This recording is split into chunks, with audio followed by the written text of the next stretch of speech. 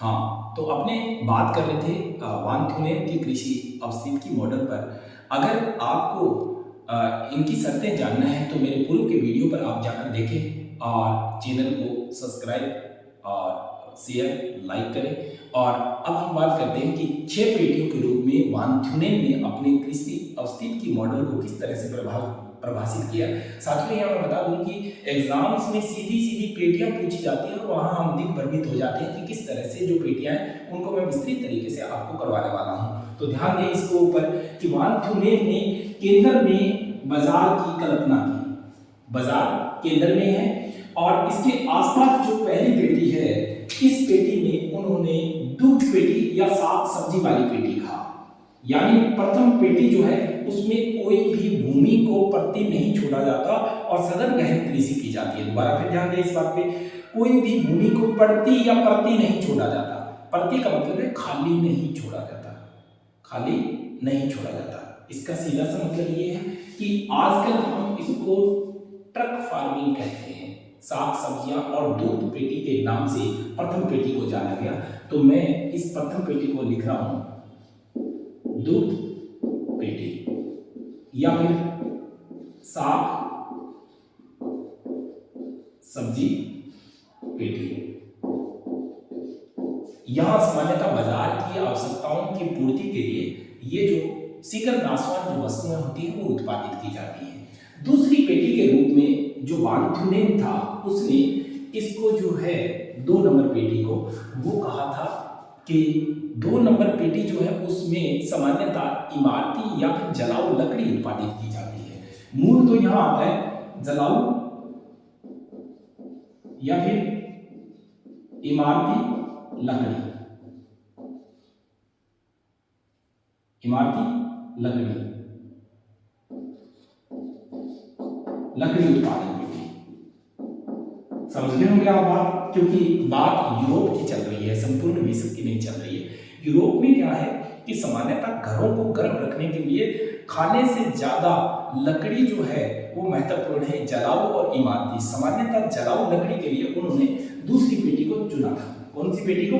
दूसरी पेटी को चुना था, जिसमें विस्तृत जंगल होते हैं। कोई भी सघन जंगलों के तौर पे या सघन उत्पादन के तौर पे जो पेटी है वो उन्होंने दिखाई थी।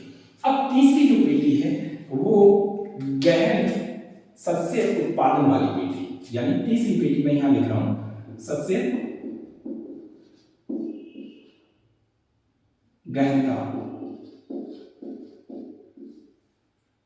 पेटी। सस्य का मतलब क्रॉप्स का, फसल उत्पादन से मतलब है इसका।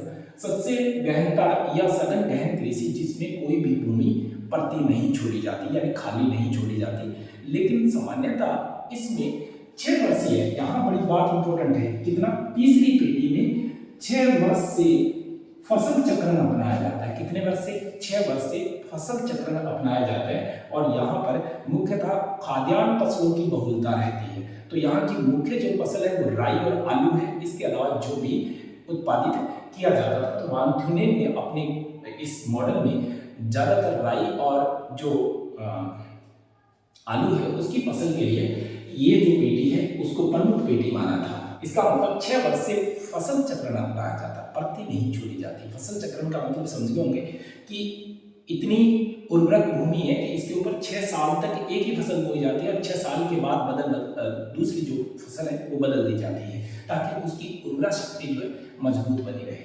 जो चौथी पेटी है ना, चौथी पेटी, उस पेटी को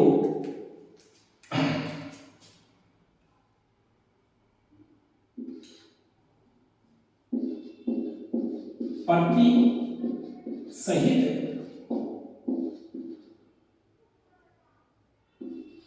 सघन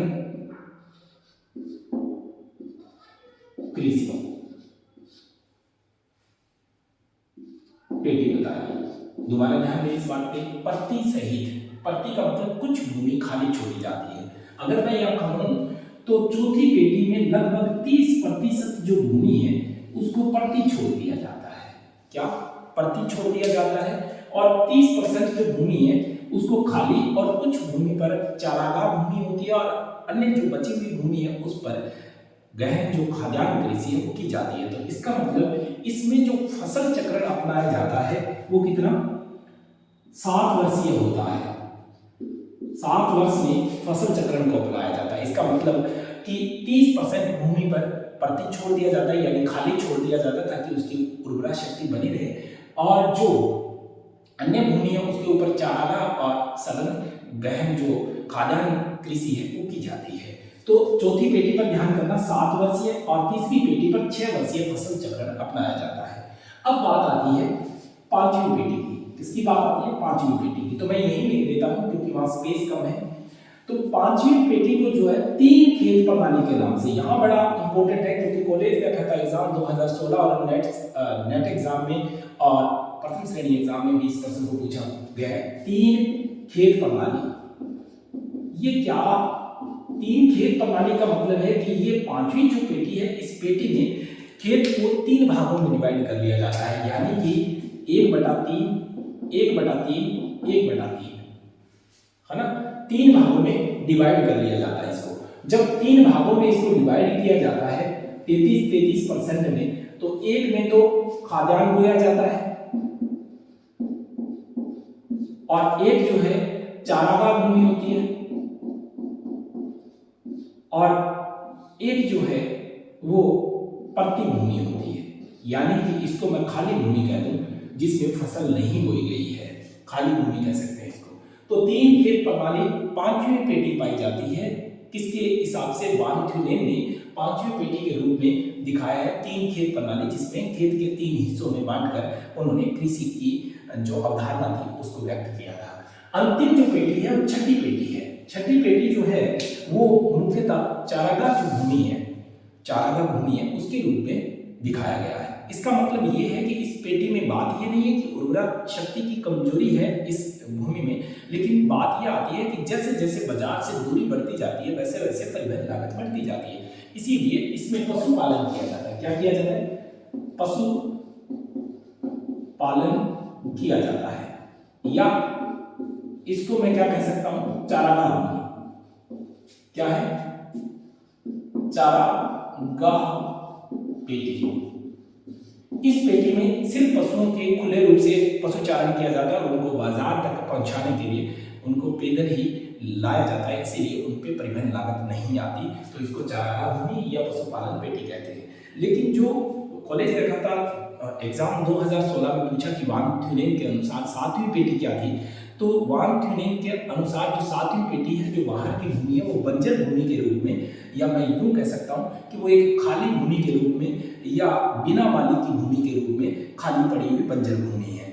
लेकिन यहाँ कॉलेज रखा था एग्जाम में ही इसी से 3% पूछे गए थे, तो उसमें एक 3 खेत प्रणाली, एक 7वीं पेटी और एक पूछा गया था कि वान थ्यूनेन के कृषि अवस्थित की जो मॉडल था उसमें संशोधन किस विद्वान ने किया। तो लगभग 100 वर्ष बाद यानी 1826 में किसने दिया था? वान थ्यूनेन ने कृषि अवस्थित की मॉडल दिया था अपने 27 साल के टैलो कृषि फार्म में अनुभवों के साथ, और इसको 1925 में, कब? 1925 में ऑल्फ जोनासन और जे आर पीट ने, ये 2 विद्वान ऐसे थे, बाकी कईयों ने काम किया इसके ऊपर, लेकिन ऑल्फ जोनासन ने इसके ऊपर विस्तृत जो है संशोधन करते हुए सेम उसी के आधार पर 7 पेटियां दी। कितनी? 7 पेटियां दी थी इसने। ऑल्फ जोनासन ने 7 पेटी के रूप में इस सिद्धांत की नवीन व्याख्या की। तो साथियों, ये थी महत्वपूर्ण जानकारी। अब अगर आपको पसंद आई हो तो चैनल को लाइक, सब्सक्राइब और चैनल को शेयर करें ताकि मुझे संबल मिले। जय हिंद, जय भारत।